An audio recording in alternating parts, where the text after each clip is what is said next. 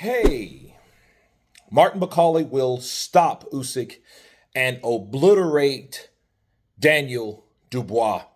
And let me counterpunch. According to Billy Nelson, that's what Billy Nelson is supposed to say. Okay. Billy Nelson is the trainer of Martin Bakole. So he is supposed to say that. So is this new news? No, this is not new news. But I can tell you what this is. This may be a gangster way of stating something that may happen. Because Martin Bakole is a guy that has been knocking on the heavyweight championship door for a long time. He's been in a situation where he's been wanting to fight the best. He's been wanting to challenge himself. And I say as long as he keeps doing what he's doing, he should be fine. I think he needs to get past Efe Ajagba first. I think he needs to focus on the task at hand. Billy Nelson is doing a fantastic job because he's on talk show after talk show after talk show stating what his fighter can do. And we've seen a solid demonstration of what he could do against Jared Anderson. You know, Jared Anderson, switch hitter. And Jared Anderson is a kind of guy that was undefeated, that was so destined, you know, in the minds of guys, historical promoters like Bob Arum, to do exactly what we thought he was going to do, become champion, which he still may become champion one day. It depends on how he bounces back. It depends on how they carry him along. Okay. How do they bring him back to the sport? I think that's what all matters. Okay. Martin Bakole has stated that he has, and he's not listen, he's sparred all of these guys: Joe Joyce, Alexander Usyk, Daniel Dubois, Anthony Joshua. He's sparred a lot of them. But you ask yourself at this point, what is the cap for Martin Bakole? Okay. We're still trying to see him get another fight, another interesting fight to showcase his skills. So he's in showcase mode right now. And since he's made such a bar for himself, such a cap for himself, I think that he has to show us now.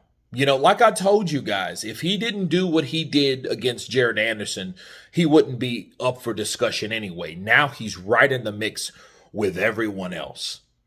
You know what I mean? He's right in the mix with everyone else. And I think if he can get in, he needs to find a way to fit in. You know, and the last thing, if I'm Martin Bakole, or if I'm the management of Martin Bakole, the last thing I'd want to do is make it hard for any fight to occur. Meaning, the Aguet Caballo fight, the negotiations that happened between him and Aguet. What I've learned, though, there could have been a situation where maybe Bakole or Team Bakole asked for too much money.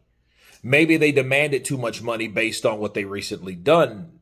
You know, and they failed to mention, like, well, wait a minute. You're dealing also with a guy that's ranked under you, that's also undefeated, that has been in better fights than you. Okay? Because if you look at Aguet Caballo's record and you look at Martin Bakole's record and you place them side by side in comparison, Aguet Caballo has done more.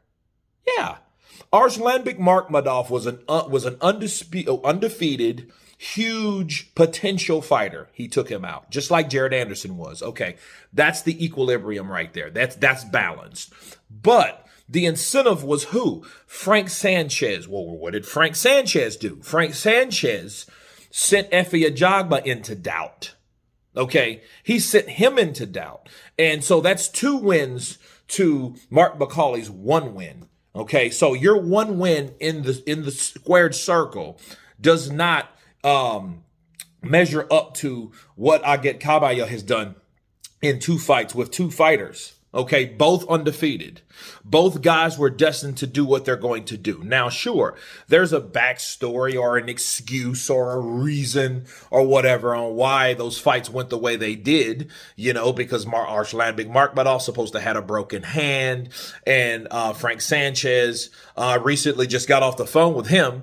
He's supposed to had, knee surgery. Not saying these are lies, but these are certain things that kind of excuse a performance on a particular fighter. And I think that's grass, because I believe that if these guys are coming into shape and they're focused on a particular task at hand and they get it done, give them their stripes because of that, right? And so I say this: if Martin Bakole in the future if they're negotiating with other people, all right, if they're negotiating with other fighters, they need to make it easier, or they need to know when to hold and when to fold. In other words, they need to say, okay, we'll take the fight, because our objective is not to get paid right now. Our objective is to get these fights that we need to show that we're the best right now. Okay, so to make our argument that much known, we need to get these fights signed and sealed so Martin Bakole can deliver. Okay, so we won't hear any, well, this fighter asked for this amount of money and that fighter asked for all that crap we don't need. Okay, because we've been spoiled by Turki Al-Sheikh and we've seen the fights we wanted to see. So the last thing we want to see is the things that we used to see back in the day, when fights not getting made over pride, ego, or greed. But you guys tell me what you think of Billy Nelson, the trainer of Martin Bakole, stating that Martin Bakole would stop Alexander Usyk and obliterate Daniel Triple D Dubois. Of course, please subscribe. And you guys been Counterpunch. Peace!